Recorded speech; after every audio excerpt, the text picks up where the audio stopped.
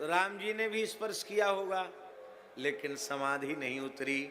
इसका मतलब है ये हठ योग की समाधि नहीं थी, ये अष्टांग योग की समाधि नहीं थी, ये तो प्रेम समाधि थी। ये कैसे छूटे? क्योंकि ध्यान जनित जाग न ध्यान जनित सुख पावा। हृदय में जो भगवान का कोटि कोटि कंदर्प दर्प दलित करने वाला जो दिव्य स्वरूप है, उस स्वरूप की जो अनुभूति है, उस रस में, उस रस सिंधु में वे इस प्रकार से डूब गए थे कि प्रभु सामने खड़े हैं, मेरा स्पर्श कर रहे हैं, मुझे जगा रहे हैं, यह उनके ध्यान में नहीं आया। भाव में, समाधि में कोई होवे और उसका हाथ पैर काट दे तो उसको पता नहीं चलेगा। पूरी तरह यदि समाधि, हाथ काट दे पैर काट दे पता नहीं चलेगा, हाथ कट गया पैर कट गया। सबके बीच में कहना चाहिए कि नहीं कहना चाहिए। पूज्य श्री गोरीलाल कुंज वाले महाराज जी आने वाले हैं, मानसी करते हैं वो। यात्रा में थे और मानसी सेवा का समय हो गया। आज भी जब समय होता तो 7, 7, 7:30, 7:15 बजे के करीब मानसी में जाते हैं शाम को। अब कहीं यात्रा में है तो क्या करें, तो फिर वाहन में ही मानसी में चले जाते हैं। उस समय उनका सारथी भी बहुत धीमे गाड़ी चलाता है और कोई व्यक्ति गाड़ी में बैठा हुआ चर्चा नहीं करता। महाराज जी अपनी 1-1.5 घंटा उनको लगता है मानसी में करता। सत्य घटना सुना रहे हैं आपको। महाराज जी मानसी में थे युगल सरकार की सेवा में और गाड़ी का एक्सीडेंट हो गया। आगे की सीट पर महाराज जी बैठे हैं, गाड़ी का आगे का भाग पूरा खत्म, जिधर बैठे थे उधर का दरवाजा ऐसे भीतर घुस गया,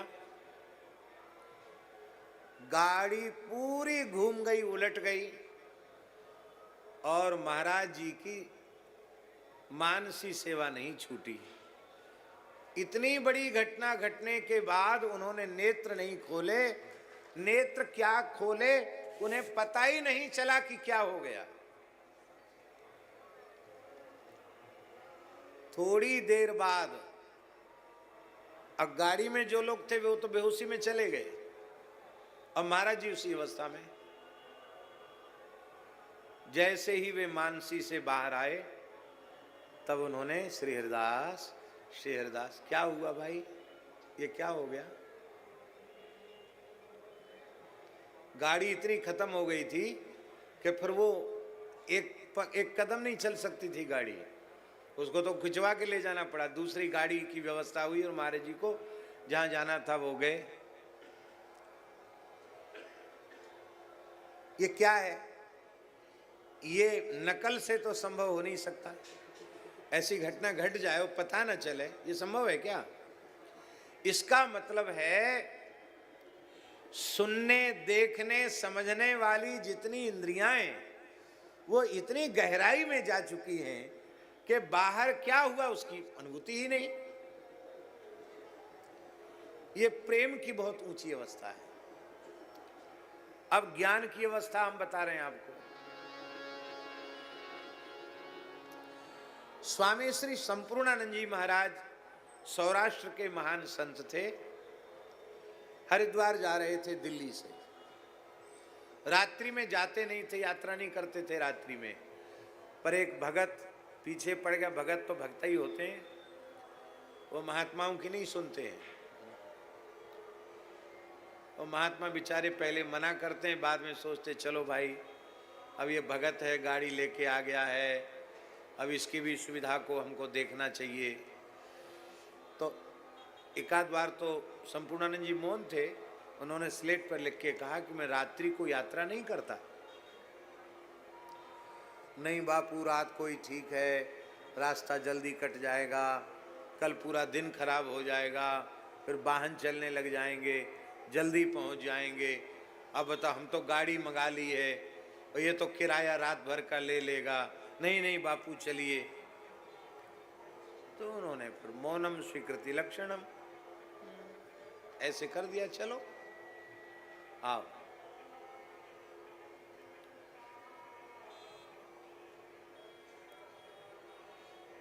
श्री गोविंदास जी महाराज, तो आओ चलो चले। हरिद्वार से, हरिद्वार पहुंचने के 2 घंटे पहले ही ड्राइवर को थोड़ी झपकी आ गई और रात का तो समय था ही, गाड़ी एक ट्रक से टकराई।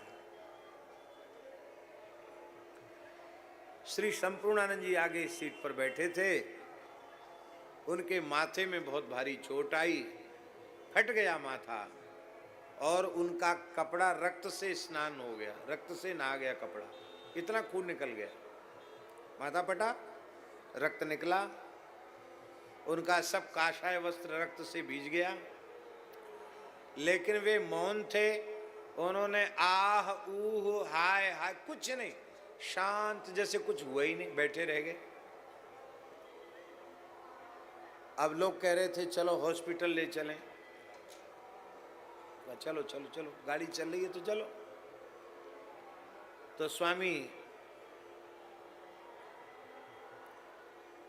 चिन्मय मिशन के संस्थापक थे ना, स्वामी चिन्मयानंद जी महाराज, बड़े उच्च कोटि के महापुरुष थे। उनके यहाँ पहुंचना था उनको, वहां पहुंचे रात को, रात में पहुंच गए, रात्रि के 2-2:30 बज रहे होंगे। तो वो चोट इतनी लगी थी कि सिर सूज गया, संपूर्णानंद जी का मस्तक सूज गया और रक्त से सब ये कपड़ा और ये सब रक्त से था। वो बेचारे घबरा गए, उन्होंने कहा तत्काल बापू को हॉस्पिटल ले चलो। तो उन्होंने स्लेट पर लिखा विश्राम की जगह बताओ।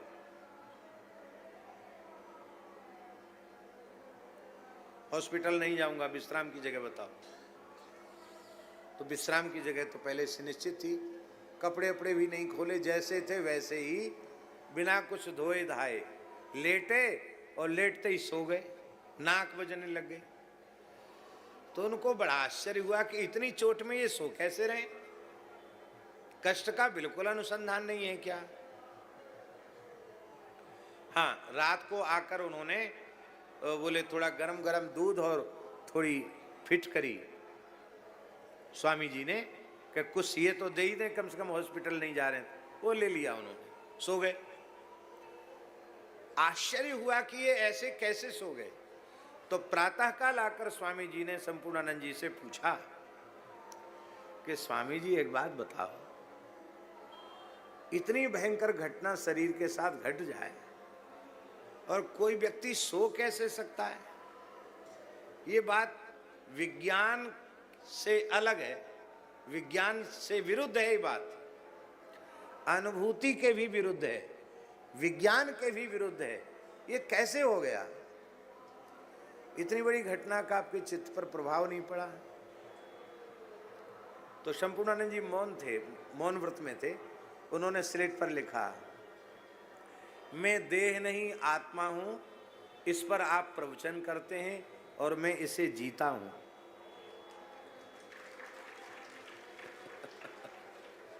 क्या लिखा स्लेट पर? मैं देह नहीं मैं आत्मा हूं, इस पर आप प्रवचन करते हो और मैं इसको जीता हूं। और हॉस्पिटल गए नहीं, वो बुलाए डॉक्टर बुला करके घाव की सफाई करी, मलहम पट्टी हुई, वहीं ठीक हो गए, हॉस्पिटल नहीं गए।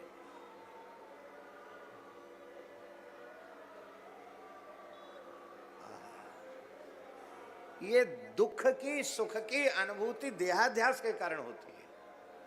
पंचम स्कंध में जड़भरत जी क्या करें? स्थौल्यम कार्श्यम आधयो व्याधयश्च, स्थूलता कृशता आधि व्याधि जरा क्लेश ग्लानि सुख दुख काम क्रोध मद मोह मात्सर्य, ये सबके सब भूख प्यास निद्रा भय ये सब के सब शरीर के धर्म हैं। और जब शरीर से वह शरीर में अध्यस्त हो जाता है, देह को आत्मा मान बैठता है, तब उसे देह के धर्म को वह आत्मा में आरोपित करने लग जाता है। इसलिए रघुगण तू कहता कि मैं तेरी चिकित्सा करूंगा, तो तू मेरी क्या चिकित्सा करेगा, मेरी समझ में नहीं आता। कोई व्यक्ति क्रोध करके पृथ्वी को पीटने लग जाए तो डंडा टूट जाएगा, हाथ में छाले पड़ जाएंगे, धरती का क्या बिगड़ेगा। ये पृथ्वी है, पृथ्वी में और इस देह में भेद नहीं।